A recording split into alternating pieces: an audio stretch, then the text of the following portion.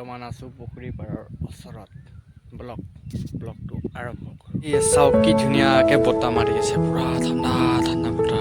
মই ইয়াতে বহি আছোঁ, গছে কেনেকুৱা ঠাণ্ডা ঠাণ্ডা বতাহ মাৰি আছে পুৰা। সেই দৃশ্য চাওক, ইফালে আছে গছখিনি, এই গছ চাওক, গছ ইফালে আৰু এই গছ হে এইখিনি, ইফালে গছৰ ওচৰত আছে আৰু ইফালে মানে গছ সেউজীয়া হৈ চাওক, পাইছে না। তাৰপিছত মই পথাৰখন দেখাইছোঁ, এইখন চাওক, এইখন পথাৰ পথাৰ পথাৰ পথাৰ পথাৰ পথাৰ এইখন গৰু চাওক ধুনীয়াকৈ ঘাঁহ খাই আছে, মজা লাগিছে চাই। মই ভিডিঅ'বোৰত দেখা দিছোঁ, চাওক এইকেইটাই গৰু।